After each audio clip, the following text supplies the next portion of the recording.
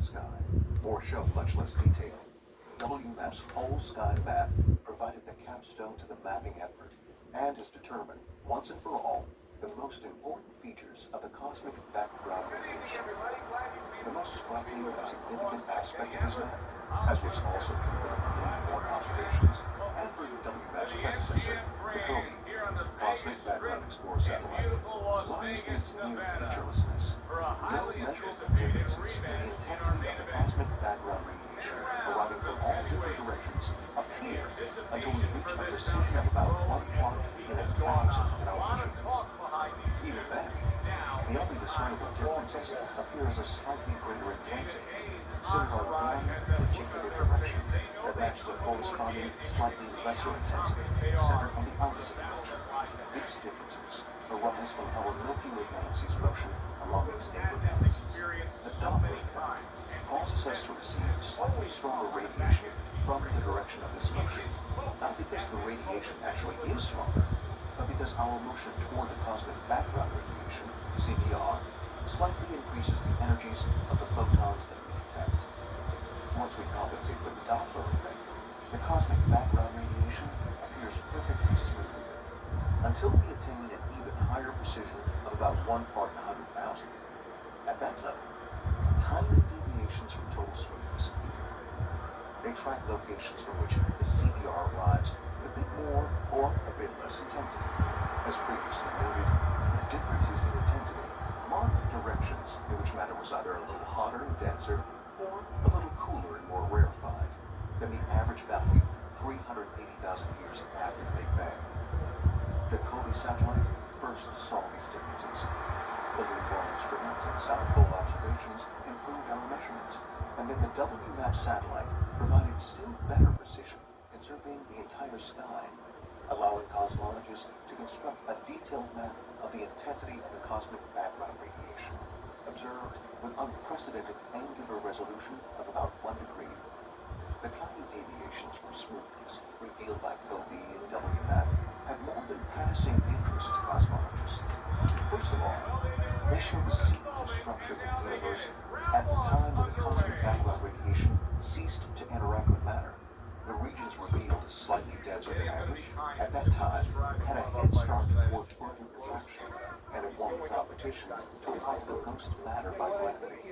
Thus, the primary result from the new map of the CBR's intensity in different directions is the verification of cosmologists' theories of how the immense differences in density from place to place throughout the cosmos that we see now owe their existence to tiny differences in density that existed a few 100,000 years after the Big Bang. The cosmologists can use their new observations of the cosmic background radiation to discern another, still more basic fact about the cosmos.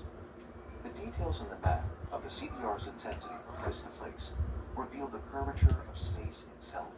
This amazing result rests on the fact that the curvature of space affects how radiation travels through it. If, for example, space has a positive curvature, then when we observe the cosmic background radiation, we are in much the same situation as an observer at the North Pole who looks along Earth's surface to study radiation produced near the equator. Because the lines of longitude converge toward the pole, the source of radiation seems to span a smaller angle than it would if space were flat. To understand how the curvature of space affects the angular size of features in the cosmic background radiation, imagine the time when the radiation finally ceased to interact with matter. At that time, the largest deviations from smoothness that could have existed in the universe had a size that cosmologists can calculate. The age of the universe at that time, multiplied by the speed of light, about 380,000 light years across. This represents the maximum distance at which particles could have affected one another to produce any irregularities. At greater distances, the news from other particles would not yet have arrived, so they cannot be blamed for any deviations from smoothness. How large an angle will these maximum deviations span in the sky now? That depends on the curvature of space, which we can determine by finding the sum of omega sub n and omega sub lambda. The more closely that sum approaches 1, the more closely the space curvature will approach 0, and the larger will be the angular size that we observe for the maximum deviations from smoothness in the CBR. space curvature depends only on the sum of the two omegas, because both types of density make space curve in the same way.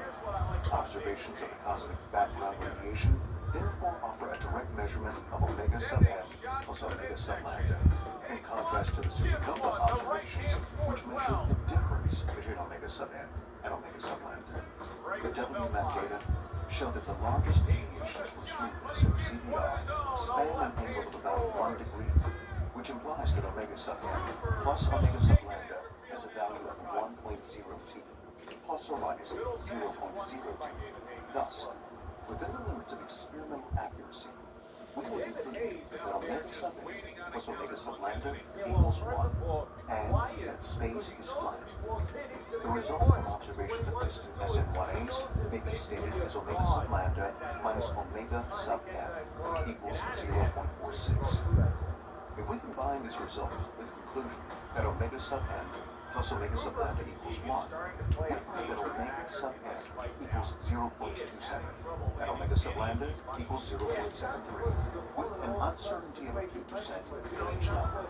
As already noted, these are the astrophysicists' current best estimates for the values of these two key cosmic parameters, which tell us that matter, both ordinary and dark, provides 27% of the total energy density in the universe, and dark energy, 73%.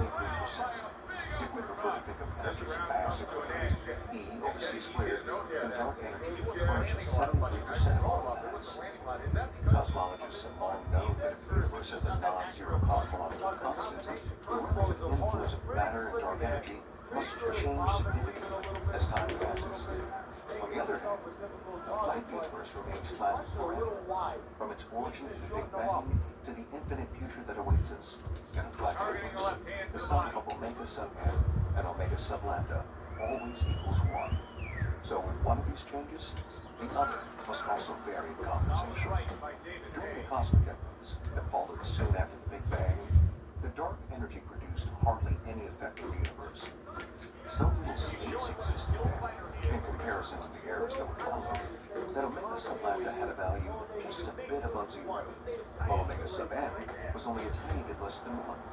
In those 5 long ages, the universe behaved in much the same way as a cosmos without a cosmological constant. As time passed, however, omega sub n steadily decreased, and omega sub lambda just as steadily increased, keeping there some constant at 1.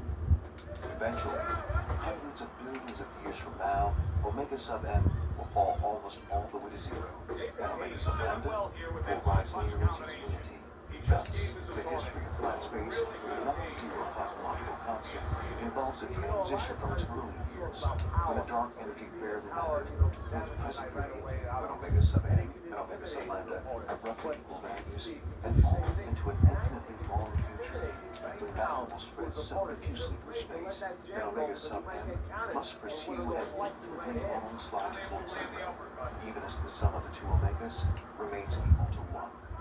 Observational deduction of how much mass exists in galaxy clusters now gives omega sub n a value of about 0.25, while the observations of the CVR distant supernovae imply a value close to 0.27. Within the limits of experimental accuracy, these two values coincide. If the universe in which we live does have a non-zero cosmological constant, and if that constant is responsible, along with the matter, for producing the flat universe that the inflationary model predicts, then the cosmological constant must have a value that makes omega sub lambda equal to a bit more than 0.7, 2.5 times the value of omega sub n. In other words, omega sub lambda must now do most of the work in making omega sub n plus omega sub lambda equal to 1. This means that we have already passed through the cosmic era when matter and the cosmological constant contributed the same amount, with each of them equal to 0.5, toward maintaining the flatness of space. Within less than a decade, the double-barrel blast from the Type 1a supernovae and the cosmic background radiation has changed the status of dark energy from a far-out idea that Einstein once toyed with to a cosmic fact of life. Unless a host of observations eventually prove to be misinterpreted, inaccurate, or just plain wrong, we must accept the result that the universe will never contract or recycle itself. Instead, The future seems bleak. 100 million years from now, when most stars will have burned themselves out, all but the closest galaxies will have vanished across our horizon of visibility. By then, the Milky Way will have coalesced with its nearest neighbors, creating one giant galaxy in the literal middle of nowhere. Our night sky will contain orbiting stars, dead and alive, and nothing else, leaving future astrophysicists a cruel universe with no galaxies to track the cosmic expansion. They will erroneously conclude, as did Einstein, that we live in a static universe. The cosmological constant and its dark energy will have evolved the universe to a point where they cannot be measured or even dreamt of. Enjoy cosmology. Chapter 6. One universe, or nothing. The discovery that we live in an accelerating universe with an ever-increasing rate of expansion rocked the world of cosmology early in 1998 with the first announcement of the supernova observations that point to this acceleration. Now that the accelerating universe has received confirmation from detailed observations of the cosmic background radiation, and now the cosmologists have had several years to wrestle with the implications of accelerating cosmic expansion, two great questions have emerged to bedevil their days and brighten their dreams. What makes the universe accelerate? And why does that acceleration have a particular value that now characterizes the cosmos?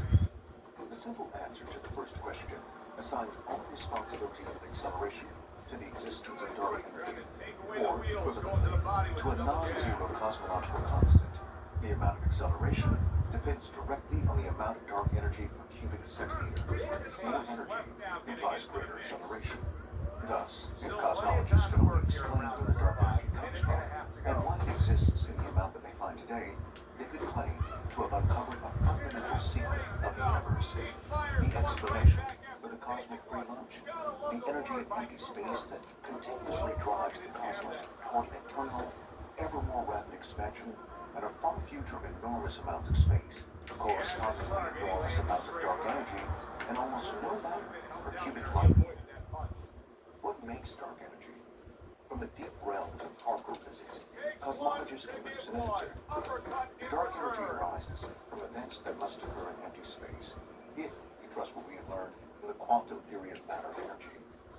All of particle physics rests on this theory, which has been verified so often and so exactly in the sub-microscopic realm that almost all physicists accept it as correct. An integral part of quantum theory implies that what we call empty space, in fact, buzzes with virtual particles, which wink into and out of existence so rapidly that we can never put them down directly, but can only observe their effects. The continual appearance and disappearance of these virtual particles, called the quantum fluctuations of the vacuum by those who like a good physics phrase, gives energy to empty space. Furthermore, particle physicists can, without much difficulty, calculate the amount of energy that resides in every cubic centimeter of the vacuum. The straightforward application of quantum theory to what we call a vacuum predicts that quantum fluctuations must create dark energy. When we tell the story from this perspective, the great question about dark energy seems to be, why did cosmologists take so long to recognize that this energy must exist? Unfortunately, the details of this actual situation turn this question into, how did particle physicists go so far wrong? Calculations of the amount of dark energy that lurks in every cubic centimeter produce a value about 120 powers of 10 greater than the value that cosmologists have found from observations of supernovae and the cosmic background radiation. In far-out astronomical situations, calculations that prove correct to within a single factor of 10 are often judged at least temporarily acceptable. But a factor of 10 to the 120th power cannot be swept under the rug, even by physics Pollyannas. If real empty space contains dark energy in anything like the amounts proposed by particle physics, the universe would have long since puffed itself into so large a volume that our heads would never have begun to spin, since a tiny fraction of a second would have sufficed to spread matter out to unimaginable rarefication. Theory and observation agree that empty space ought to contain dark energy, but they disagree by a trillion to the 10th power about the amount of that energy. No earthly analogy, nor even a cosmic one, can illustrate this discrepancy accurately. The distance to the farthest galaxy that we know exceeds the size of a proton by a factor of 10 to the 40th power. Even this enormous number is only the cube root of the factor by which theory and observation currently diverge concerning the value of the cosmological constant. Particle physicists and cosmologists have long known that quantum theory predicts an unacceptably large value for the dark energy. But in the days when the cosmological constant was thought to be zero, they hoped to discover some explanation that would, in effect, cancel positive with negative terms in the theory, and thereby finesse the problem out of existence. A similar cancellation once solved the problem of how much energy virtual particles contribute to the particles that we do observe. Now that the cosmological constant turns out to be non-zero, the hopes of finding such a cancellation seem dimmer. If the cancellation does exist, it must somehow remove almost all of the mammoth theoretical value we have today. For now, lacking any good explanation for the size of the cosmological constant, cosmologists must continue to collaborate with particle physicists as they seek to reconcile theories of how the cosmos generates dark energy with the value observed for the amount of dark energy in cubic centimeter. Some of the finest minds engaged in cosmology and particle physics have directed much of their energy toward explaining this observational value, with no success at all. This provokes fire and sometimes ire among theorists, in part because they know that a Nobel Prize, not to mention the immense joy of discovery, awaits those who can explain what nature has done to make space as we find it. But another issue stokes intense controversy as it cries out for explanation. Why does the amount of dark energy, as measured by its mass equivalent, roughly equal the amount of energy provided by all the matter in the universe? We can recast this question in terms of the two omegas that we use to measure the density of matter and the density equivalent of dark energy. Why do omega sub n and omega sub lambda roughly equal one another, rather than one being enormously larger than the other? During the first billion years after the Big Bang, omega sub n was almost precisely equal to 1, while omega sub lambda was essentially 0. In those years, omega sub n was first millions, then thousands, and afterwards hundreds of times greater than omega sub lambda. Today, with omega sub n equals 0.27 and omega sub lambda equals 0.73, the two values are roughly equal, though omega lambda is already notably larger than omega n. In the far future, more than 50 billion years from now, omega sub lambda will be first hundreds, then thousands, after that millions, and still later, billions of times greater than omega sub n. Only during the cosmic era of about 3 billion to 50 billion years after the Big Bang do the two quantities match one another. To the easy going mind, the interval between 3 billion and 50 billion years embraces quite a long period of time. So what's the problem? From an astronomical viewpoint, this stretch of time amounts to nearly nothing.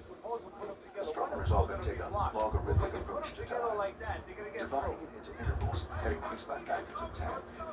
First, the cosmos had some age, then it grew 10 times older, then 10 times older than that, and so on toward infinite time, which requires an infinite number of 10 times jumps. Suppose that we start counting time at the earliest moment after the Big Bang that has any significance in quantum theory, 10 to the negative 43rd power second after the Big Bang. Since each year contains about 30 million, 3 times 10 to the 7th power, seconds, we need about 60 factors of 10 to pass from 10 to the negative 43rd power second to 3 billion years after the Big Bang. In contrast, we require only a bit more than a single factor of 10 to stroll from 3 billion to 50 billion years. The only period when omega sub n and omega sub lambda are roughly equal. After that, an infinite number of 10 times factors opens the way to the infinite future. From this logarithmic perspective, only a vanishingly small probability exists that we should find ourselves living in a cosmic situation for which omega sub n and omega sub lambda have even vaguely similar values. Michael Turner, a leading American cosmologist, has turned this conundrum, the question of why we find ourselves alive at a time when omega sub n and sub lambda are approximately equal, the Nancy Kerrigan problem, an honor to Olympic figure skater, who asked, after enduring an assault by her rival's boyfriend, why me? Why matter? Despite their inability to calculate the cosmological constant, whose value comes anywhere close to the measured one, cosmologists do have an answer to the carrying problem, but they differ sharply in its significance and implications. Some embrace it, some accept it only reluctantly, some dance around it, and some despise it. This explanation links the value of the cosmological constant to the fact that we are here, alive on a planet that orbits an average star in an average galaxy. Because we exist, this argument goes, the parameters that describe the cosmos, and in particular, the value of the cosmological constant, must have values that allow us to exist. Consider, for example, what would happen in a universe with a cosmological constant much larger than its actual value. A much greater amount of dark energy would make omega sub lambda rise far above omega sub n, not after 50 billion years, but after only a few million years. By this time, in a cosmos dominated by the accelerated effects of dark energy, matter would spread so rapidly apart that no galaxies, stars, or planets would form. If we assume that the stretch of time from the first formation of clumps of matter to the origin and development of life covers at least 1 billion years, we can conclude that our existence limits the cosmological constant to a value between 0 and a few times its actual value, while ruling out of play the infinite range of higher values.